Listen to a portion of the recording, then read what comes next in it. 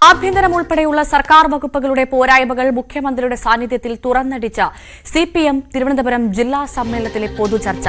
തുടർഭരണം സഖാക്കളിൽ മൂല്യച്യുതിയുണ്ടാക്കിയെന്നും ആഭ്യന്തര വകുപ്പിന്റേതടക്കം പ്രവർത്തനങ്ങൾ പാർട്ടി നയത്തിന് ചേരുന്നതല്ല എന്നും വിമർശനമുയർന്നു. SFI DYFI നേതൃത്വങ്ങളുടെ പിടിപ്പുകേടിനെതിരെയും പരാമർശങ്ങളുണ്ടായി. വിവിധ സർക്കാർ സേവനങ്ങൾക്കുള്ള ഫീസ് നിരക്കുകൾ കുത്തനെ കൂട്ടിയത് സർക്കാരിനെ ജനങ്ങളിൽ നിന്ന് അകറ്റിയെന്നാണ് മറ്റൊരാരോപണം. പ്രതിനിധി സമ്മേളനത്തിൽ ഇന്നും ചർച്ച തുടരും. നാളെ വൈകിട്ടാണ് പൊതുസമ്മേളനം. മുഖ്യമന്ത്രി പിണറായി വിജയനാണ് പൊതുസമ്മേളനം ഉദ്ഘാടനം ചെയ്യുന്നത്. വി വിനോദ് ചേരുന്നു കൂടുതൽ വിവരങ്ങളുമായി. വിനോദ്, ഇന്നലെ വലിയ വിമർശനമാണ് പാർട്ടി സമ്മേളനത്തിൽ ഉയർന്നത്. ഡിവൈഎഫ്ഐക്ക് വിമർശനമുണ്ടായ സാഹചര്യമുണ്ടായിരുന്നു. അതോടൊപ്പം മേയറെ പിന്തുണച്ചത് നമ്മൾ കണ്ടു. എസ്എഫ്ഐക്ക് വിമർശനമുണ്ടാകുന്നു. സംഘടനാപരമായ വീഴ്ചകൾ തിരുത്തണമെന്ന് പറയുന്നു.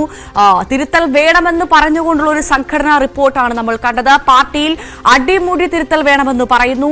ഇന്ന് എന്ത് പ്രതീക്ഷിക്കണം? കൂടുതൽ വിമർശനങ്ങൾ ഉണ്ടാകുമോ? ഇന്നത്തെ കാര്യങ്ങൾ എങ്ങനെയാണ്? ഭവ്യ, സ്വയം വിമർശനം പാർട്ടിയുടെ ഒരു രീതി തന്നെയാണ്. ജീർണതകൾ ഉണ്ടെങ്കിൽ അത് എടുത്തു കളയുക എന്നത് പാർട്ടി രീതി തന്നെയാണ്. അത്തരത്തിലുള്ള ചർച്ചകൾ തന്നെയാണ് പൊതുവിൽ ഉയർന്നു വന്നത്. പ്രത്യേകിച്ച് ധനവകുപ്പ്, ആരോഗ്യവകുപ്പ് തുടങ്ങിയ വകുപ്പുകളെ കുറിച്ചുള്ള ചർച്ചകൾ.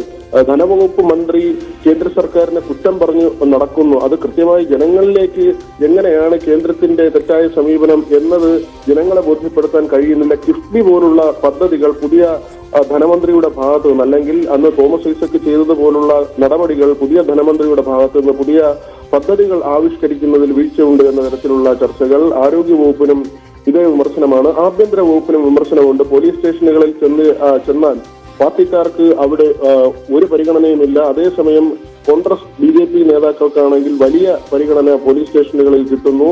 അതോടൊപ്പം തന്നെയാണ് യുവജന സംഘടനകളുടെ ഭാഗത്തു നിന്നുള്ള പ്രവർത്തനങ്ങളെ വിമർശിക്കുന്നത്. SFI നിയന്ത്രിക്കാൻ കഴിയാത്ത തരത്തിലേക്ക് മാറുന്നു. വലിയ അവമതി ഉണ്ടാക്കുകയാണ്. പലപ്പോഴും SFI നേതാക്കളുടെ ഭാഗത്തു നിന്നുള്ള പെരുമാറ്റം പാർട്ടിക്ക് അവമതി ഉണ്ടാക്കുന്നു, സംവിധാനത്തിന് അവമതി ഉണ്ടാക്കുന്നു എന്ന ആരോപണം. DYFI ഒരു സമര പോരാട്ട സംഘടനയാണ്. അതിനപ്പുറത്തേക്ക് ചാരിറ്റി സംഘടനയായി മാറുന്നു. വലിയ ഓഫീസുകൾക്ക് എത്തിയതുകൊണ്ട് കാര്യമില്ല എന്ന വിമർശനം DYFIക്ക് നേരെയും ഉയരുന്നുണ്ട്. അതോടൊപ്പം തന്നെ മറ്റ് വർഗ ബഹുജന സംഘടനകൾ, പാർട്ടിയുമായി ചേർന്ന് നിൽക്കുന്ന പോഷക സംഘടനകൾ, അവരുടെ വോട്ടുകൾ പോലും കൃത്യമായി പാർട്ടിയിലേക്ക് വരുന്നില്ല. മാത്രമല്ല, ഈ വോട്ട് കണക്ക് കൂട്ടുമ്പോൾ 10,000 വോട്ടിന്റെയൊക്കെ വ്യത്യാസം പോളിംഗ് കഴിഞ്ഞാൽ സാധാരണ നിലയിൽ കണക്കെടുക്കാറുണ്ട്.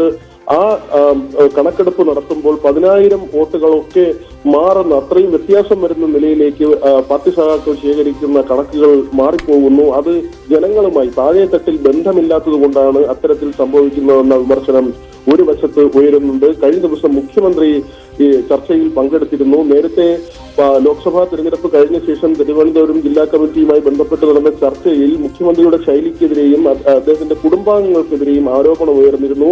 ഈ ഒരു പശ്ചാത്തലത്തിൽ കൂടിയാണോ മുഖ്യമന്ത്രി നേരിട്ട് തന്നെ പങ്കെടുത്തത് എന്നത് വ്യക്തമല്ല. ഏതായിരുന്നാലും ആഭ്യന്തര വകുപ്പിനെ വിമർശിക്കുന്ന നിലപാടുണ്ടായി. MR അജിത്കുമാറിന്റെ കാര്യത്തിൽ അത് ഇപ്പോൾ DGP ആയി സ്ഥാനക്കയറ്റം നൽകാനുള്ള തീരുമാനം, അത് ആവശ്യമെങ്കിൽ കോടതിയിൽ പോയി നിയമപരമായി MR അജിത്കുമാർ വാങ്ങട്ടെ എന്ന ഒരു നിലപാടാണ് പ്രതിനിധികൾ സ്വീകരിച്ചത്. മാത്രമല്ല, പാർട്ടി വഴങ്ങിക്കൊടുക്കുന്നു എന്ന തോന്നൽ ഉണ്ടാക്കുന്നു എന്ന ഒരു പ്രതീതി അത് സൃഷ്ടിക്കുന്നു എന്ന വിമർശനം കൂടി ഉയർന്നു വന്നു. അതോടൊപ്പം തന്നെയാണ് BJPയുടെ വളർച്ച ഗൗരവമായി കാണേണ്ടതാണ്.